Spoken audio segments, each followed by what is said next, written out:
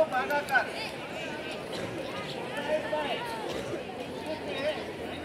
ಭಾಗಿಸ್ಬೇಕು. 1 2 3 4 5 5ರಿಂದ ಭಾಗಾಕಾರ ಇದ್ರೆ ನಾನು ಕೊಡುವ ಈ ಟೆಕ್ನಿಕ್. 2ರಿಂದ ಬೇರೆ. ಗುಣಾಕಾರದಲ್ಲಿ ಒಂದೇ ಟೆಕ್ನಿಕ್ ಇಡೀ ಜಗತ್ತಕ್ಕೆ. ಆದರೆ ಭಾಗಾಕಾರದಲ್ಲಿ ಒಂದು 5-6 ಟೆಕ್ನಿಕ್ ಇವೆ. ಅದರಲ್ಲಿ ಒಂದು ಹೇಳುತ್ತೆ. ಇಲ್ಲಿ ಒಂದು ನೋಡಿ, ಉಳಿದದ್ದು ಡೇ ಬೈ ಡೇ ನಿಮಗೆ ಸಿಗ್ತವೆ. ನೋಡಿ ಇವೇನು ಹೇಳ್ತಾರೆ ವೇದಿಕದಲ್ಲಿ, ಒಟ್ಟು ನಂಬರ್ ಅನ್ನ ಡಬಲ್ ಮಾಡ್ಕೊಳ್ಳಿ. ನೋಡಿ 4 ಡಬಲ್ 8,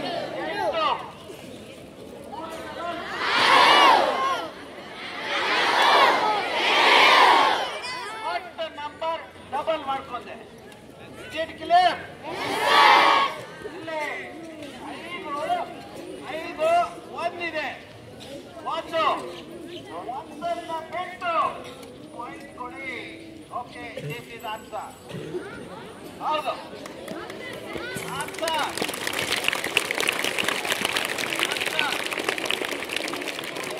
ಇದನ್ನ ನೋಡಿ.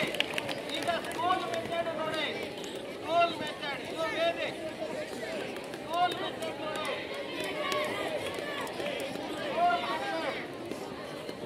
ಸ್ಕೂಲ್ ಮೆಥಡ್ ಇದನ್ನ ಡಬಲ್ ಮಾಡ್ಕೋಬೇಕು. 5 ಇದೆ, 2 ಇದ್ರೆ 2 ಬಿಟ್ಟು ಪಾಯಿಂಟ್ ಕೊಡೋದು. 1 ಇದ್ರೆ 1 ಬಿಟ್ಟು ಪಾಯಿಂಟ್ ಕೊಡೋದು. 3 ಇದ್ರೆ 3 ಬಿಟ್ಟು ಪಾಯಿಂಟ್ ಕೊಡೋದು. ಅರ್ಥ ಆಯ್ತಾ? ಇದನ್ನೇ ಸ್ಕೂಲ್ ಮೆಥಡ್ ನೋಡಿ. School method 1 2 3 4 5. ಇದಕ್ಕೆ ಸ್ಕೂಲಲ್ಲಿ ಟೀಚರ್ ಹೇಳಿರ್ತಾರೆ ನಿಮಗೆ, ಈ 5ಅನ್ನ 10ರಲ್ಲಿ ಮಾಡಲಿಕ್ಕೆ 2 ತಗೋಬೇಕು. 5ಅನ್ನು 10ರಲ್ಲಿ ಮಾಡಲಿಕ್ಕೆ 2 ತಗೋಬೇಕು. ಇದೇ 2 ಏನೋ ಕೊಡಬೇಕು.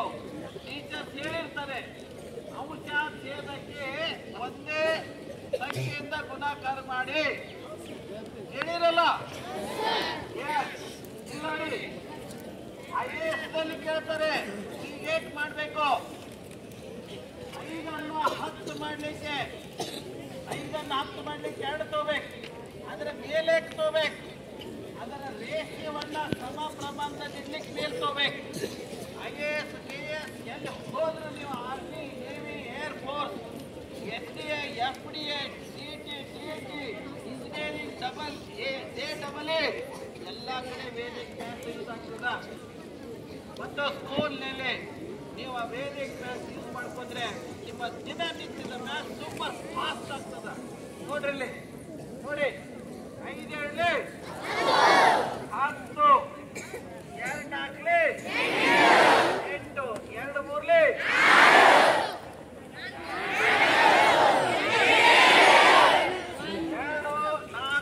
6 8. ಇಲ್ಲಿ 1 0 ಇದೆ. 1 0.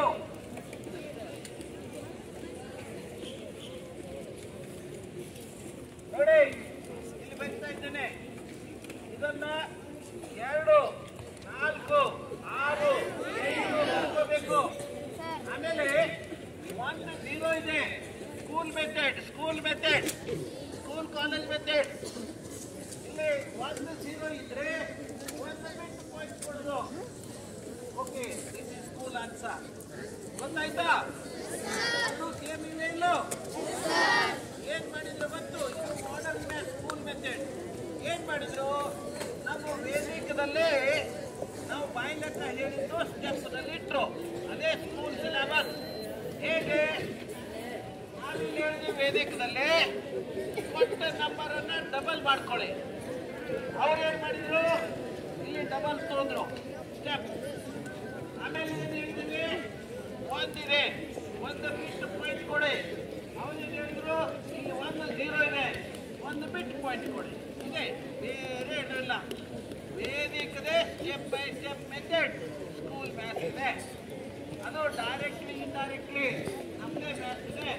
ಸ್ಕೂಲ್ ಸಿಲೆಬಸ್ ಇದೆ. ಸ್ಕೂಲ್ ಸಿಲೆಬಸ್ ಚೆನ್ನಾಗಿ ಸ್ಟಡಿ ಮಾಡ್ರಿ. ಇದಕ್ಕೆ ವೇದಿಕ್ ಸಪೋರ್ಟ್ ತಗೊಳ್ರಿ. ನೀವು ಎಕ್ಸ್ಟ್ರಾ ಆರ್ಡಿನರಿ ಆಗ್ತೀರಾ. ಫಾಲೋ ಅಪ್ ಮಾಡ್ತೀರಾ? ಓಕೆ, ಇವಾಗ ಲಾಸ್ಟ್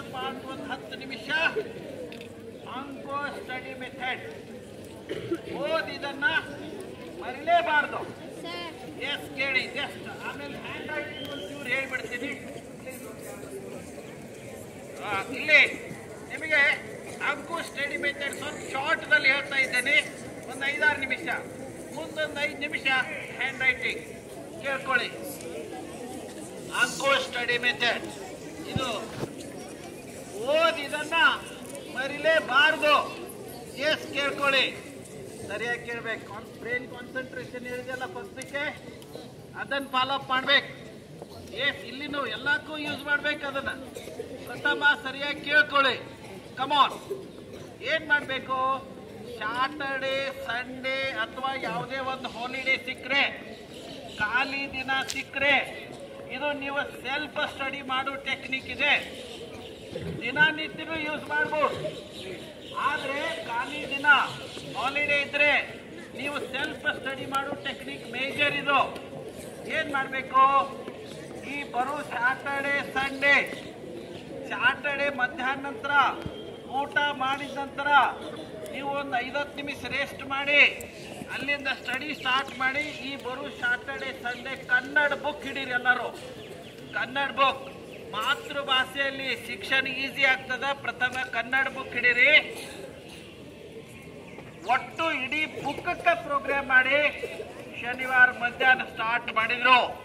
ರವಿವಾರ ರಾತ್ರಿವರೆಗೆ ಸಾಯಂಕಾಲವರೆಗೆ ನಿಮ್ದೊಂದು ಕನ್ನಡ ಬುಕ್, ಇಡೀ ಬುಕ್ನೇ ಪ್ರಾಕ್ಟಿಕಲಿ ಬಹಟ್ ಆಗ್ತದ. 1 ಮಾರ್ಕ್ಸ್ನಲ್ಲಿ, ಆಬ್ಜೆಕ್ಟಿವ್ದಲ್ಲಿ ಮರಿದೇ ಇಲ್ಲ ಸಾಮಾನ್ಯವಾಗಿ. ದಟ್ ಈಸ್ ಅಂಕು ಸ್ಟಡಿ ಮೆಥಡ್. ಅಂದಾಗ ಹೇಗೆ ಮಾಡ್ಬೇಕು? ಶನಿವಾರ ಮಧ್ಯಾಹ್ನ ಊಟ ಆದ್ಮೇಲೆ ಯಾವುದೇ ಲೆಕ್ಕಕ್ಕೆ ಸೂಪರ್ ಗಟ್ಟಿಯಾಗಿ ಸ್ಟಡಿ ಮಾಡ್ಬೇಕು. ನಾನು ಮಾಡಲೇಬೇಕು ಅನ್ನುವಂಥ ಕಂಡೀಷನ್ ಇಟ್ಕೋಬೇಕು ಸ್ವಂತಕ್ಕೆ. ಯಾರು ದಡ್ರು ಇರುವುದಿಲ್ಲ, ನಾನು ಹೇಳಿದ್ದೇನೆ, ಯಾರು ದಡ್ರು ಇರುವುದಿಲ್ಲ. ಸ್ಟಡಿ ಮಾಡ್ಬೇಕು, ನಂಬರ್ ಆಫ್ ಅವರ್ ಸ್ಟಡಿ ಮಾಡ್ಬೇಕು. Saturday first lesson, first sentence, ಒಂದೊಂದು ವಾಕ್ಯ ಓದ್ತಾ ಹೋಗ್ಬೇಕು.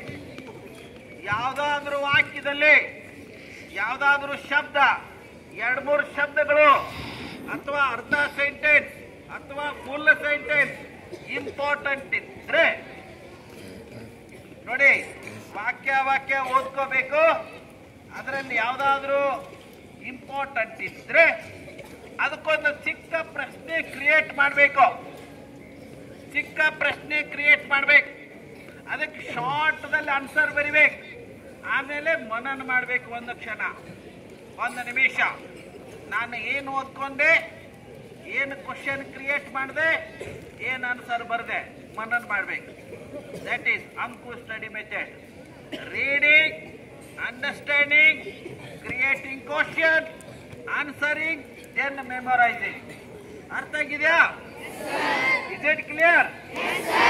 ಇದು ಸೂಪರ್ ಮೆಥಡ್ ಇದೆ. ನಾನು ಸ್ವತಃ ಕ್ರಿಯೇಟ್ ಮಾಡಿದ್ದೇನೆ. ಯಾರೆಲ್ಲ ಸೂಪರ್ ಆಗ್ಬೋದು ನೋಡಿ. ಇದರಲ್ಲಿ ಬ್ರೈನ್ ಆಕ್ಟಿವಿಟೀಸ್ ಇದೆ. ಬ್ರೈನ್ ಸೂಪರ್ ಕಾನ್ಸಂಟ್ರೇಟ್ ಆಗ್ತದ. ಯಾವುದೇ ವ್ಯಕ್ತಿ ಏನಾದ್ರೂ ಓದ್ಕೊಂಡು ಅರ್ಥ ಮಾಡಿಕೊಂಡು ಕ್ವಶನ್ ಕ್ರಿಯೇಟ್ ಮಾಡಿದಾಗ ನಮ್ಮ ಬ್ರೈನ್ ಆ ಪಾಯಿಂಟ್ ಮೇಲೆ ಫೋಕಸ್ ಮಾಡುತ್ತೆ. ಆಗೇನ್ ಆನ್ಸರ್ ಬರೀತೀವೋ ಬಹಳ ದಿನವರೆಗೆ ಉಳಿತದ, ಬಹುಶಃ lifelong. And this is called ಅಂಕು study method. Brain super concentrate ಆಗ್ತದ ನಾವು ಕ್ವಶನ್ ಕ್ರಿಯೇಟ್ ಮಾಡಿದಾಗ. Psychologically, theoretically, practically super hit method ಇದೆ. ಫಾಲೋ ಅಪ್ ಮಾಡ್ತೀರಾ? ಅರ್ಥ ಆಗಿದೆಯಾ? ಸರಿಯೋ ತಪ್ಪು? Yes come on. Writing super ಆಗ್ತದ. ಎಸ್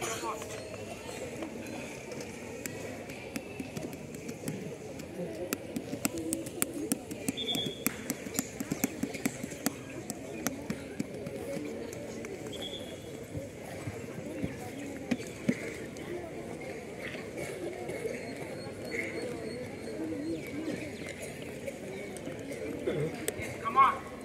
ಸ್ವಲ್ಪ ನೋಡಿ, ಇಲ್ಲೇ ನೋಡಿ. ರೈಟಿಂಗ್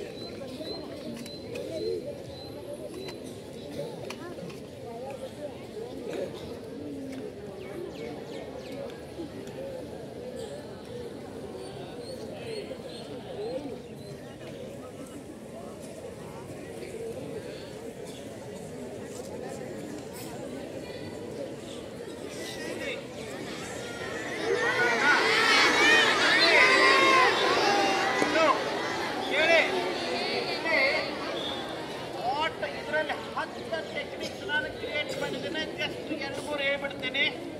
ನಂಬರ್ 1 ಟೆಕ್ನಿಕ್, ಇಂಗ್ಲಿಷ್ ಇರ್ಬೋದು, ಕನ್ನಡ ಇರ್ಬೋದು, ಹಿಂದಿ ಇರ್ಬೋದು, ಮತ್ತೊಂದೇ ಭಾಷೆ ಇರ್ಬೋದು, ಜಗತ್ತದು ಒಂದು ಸ್ಟ್ರಾಂಗ್ ಮೈಂಡ್ ಸೆಟಪ್ ಇರಬೇಕು. ನಾನು ಏನಾದರೂ ಬರೆದ್ರೆ ಪ್ರತಿ ಶಬ್ದದಲ್ಲಿ ಅಕ್ಷರಗಳನ್ನ ಕೆಳಗೆ ಮೇಲೆ ಮಾಡಲೇಬಾರ್ದು. ಸ್ಟ್ರಾಂಗ್ ಮೈಂಡ್ ಸೆಟಪ್ ಸಾಕು. ಇದ್ದಕ್ಕಿದ್ದಾಗ ನಿಮ್ಮ ರೈಟಿಂಗ್ ಸೂಪರ್ ಆಗ್ತದ. ಬಾಟಮ್ ಲೈನ್, ಟಾಪ್ ಲೈನ್ ನಾನು ಸರಿ ಇಟ್ಕೊಳ್ಳೇಬೇಕನ್ನುವಂತ ಸ್ಟ್ರಾಂಗ್ ಮೈಂಡ್ ಸೆಟಪ್ ಸಾಕು. ಬರಿತಾ ಇದ್ದಂಗೆ ರೈಟಿಂಗ್ ಸೂಪರ್ ಆಗ್ತದ, ಯಾವುದೇ ಭಾಷೆ ಇರಲಿ, ಏನಾದರೂ ಇರಲಿ. Next number 2. ನಂಬರ್ 1 ಏನು, ಅಕ್ಷರಗಳು ಕೆಳಗೆ ಮೇಲೆ ಆಗಬಾರ್ದು. ನಂಬರ್ 2 ಎರಡೇ ಕಂಡೀಷನ್, ನಾನೇನಾದ್ರೂ ಬರೆದ್ರೆ ಪ್ರತಿ ಶಬ್ದದಲ್ಲಿ ಅಕ್ಷರಗಳು ಸಮೀಪ ದೂರ ಆಗಬಾರ್ದು, ಅಕ್ಷರ ಟಚ್ ಆಗಬಾರ್ದು, ಅಕ್ಷರ ನಡುವೆ ಸಮ ಅಂತರ ಇಟ್ಕೋಬೇಕು. ಹೀಗೆ ಸಮ ಅಂತರ ಇಟ್ಕೋಬೇಕು. ಇದ್ದಕ್ಕಿದ್ದಾಗ ರೈಟಿಂಗ್ ಸೂಪರ್ ಆಗ್ತದ. ನೆಕ್ಸ್ಟ್ ಇವಾಗ ಬರೀ ಮುಂದೆ ಥರ್ಡ್, 3ನೇದು ಕಿಂಗ್ ಆಫ್ ಆಲ್. ಬರೀ ಮುಂದೆ ಬಲಗೈನಿಂದ ಬರೀತಿದ್ರೆ ಮಧ್ಯದಿಂದ ಬಲಕ್ಕೆ ಇಟ್ಕೋಬೇಕು. ಪೇಪರ, ಬುಕ್ಕ, ನೋಟ್ ಬುಕ್ಕ ಮಧ್ಯದಿಂದ ಬಲಕ್ಕೆ. ಆಮೇಲೆ ಎಡಗೈದಿಂದ ಸಪೋರ್ಟ್ ತಗೋಬೇಕು, ಎಡಗೈದಿಂದ. ಆಮೇಲೆ ದಪ್ಪು ಬರೀ ಬಾಲ್ ಪಾಯಿಂಟ್ ಪೆನ್ ಇಟ್ಕೋಬೇಕು ಯಾವಾಗಲೂ. ಹಿಂದ್ ಬೇಡ, ಇಂಕ್ ಬೇಡ, ಜೆಲ್ ಬೇಡ, ದಪ್ಪು ಬರೀ ಬಾಲ್ ಪಾಯಿಂಟ್ ಪೆನ್ ಇರಬೇಕು. ಸರಿಯಾಗಿ ಗ್ರಿಪ್ ತಂದು 80 ಡಿಗ್ರಿ ಇನ್ಸೈಡ್ ಸ್ಲೋಪ್ ತಗೊಳ್ರಿ. Cursive writing, running writing, free hand drawing ಮತ್ತು ಇತ್ಯಾದಿ ಸ್ಟೈಲ್ ಸೂಪರ್ ಆಗ್ತದ. ಆಮೇಲೆ 85 ಹಿಂದಿ, 90 ಡಿಗ್ರಿ ಕನ್ನಡ ಅಕ್ಷರಗಳ ಮುತ್ತಿಟ್ಟಾಗ ಇರ್ತವೆ. ಅಲೋಪ್ ಮಾಡ್ತೀರಾ? ಎಸ್ ನೋಡಿ ಇಲ್ಲಿ ಎಷ್ಟು 1 ನಿಮಿಷ. ಅರ್ಥ ಆಗಿದೆಯಾ? ನಿಮ್ಮ ಸ್ವಾಮೀಜಿಯವರು ಮತ್ತು ಎಲ್ಲ ಟೀಚಿಂಗ್ ನಾನ್ ಟೀಚಿಂಗ್ ನಾವು ಎಲ್ಲರೂ ಸೇರಿ ನನ್ನ ವಿಚಾರಗಳನ್ನು ಹಂಚಿಕೊಳ್ಳಿಕ್ಕೆ ಅಮೂಲ್ಯವಾದ ಸಮಯ ಕೊಟ್ಟಿದ್ರಿ. I am very very thankful. Thank you very much. Thank you.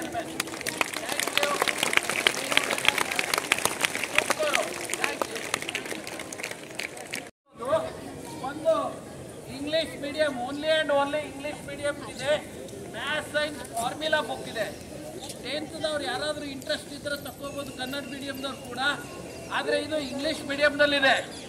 ಇದರಲ್ಲಿ A to Z ಇದು ನನ್ನ ಮಕ್ಕಳು ಬರಿತಾ ಇದ್ದಾರೆ. 2 ಮಕ್ಕಳು ಇವಾಗ ಸೈಂಟಿಸ್ಟ್ ಆಗ್ತಾ ಇದ್ದಾರೆ. ಅದಕ್ಕೆ ಕಾರಣ ಈ ಬುಕ್ ಸೂಪರ್ ಬೇಸ್. ಅವರು ಪ್ರೈಮರಿ, ಹೈಸ್ಕೂಲ್, ಕಾಲೇಜಲ್ಲಿ ಸೂಪರ್ ರ್ಯಾಂಕರ್ ಆಗಬೇಕಾದ್ರೆ ವಿಶೇಷವಾಗಿ ಮ್ಯಾಥ್ಸ್ ಮತ್ತು ಸೈನ್ಸ್ ಇದೇ ಸಿಲೆಬಸ್ ಸ್ಟಡಿ ಮಾಡಿದ್ದಾರೆ. ಮ್ಯಾಥ್ಸ್ ಸೈನ್ಸ್ನಲ್ಲಿ ಮೋಸ್ಟ್ ಇಂಪಾರ್ಟೆಂಟ್ ಪಾಯಿಂಟ್ ಏನಿದ್ದು ಅಲ್ಲ ಅವನ್ನ ಕೂಡಿಸಿದ್ದಾರೆ. Formula, maths science formula 2 subject ಒಂದೇ ಬುಕ್ನಲ್ಲಿ. Formula, definition, diagram, key point, keyword, distinguish between 2 things, square root, cube root ಎಲ್ಲ ಇದೆ.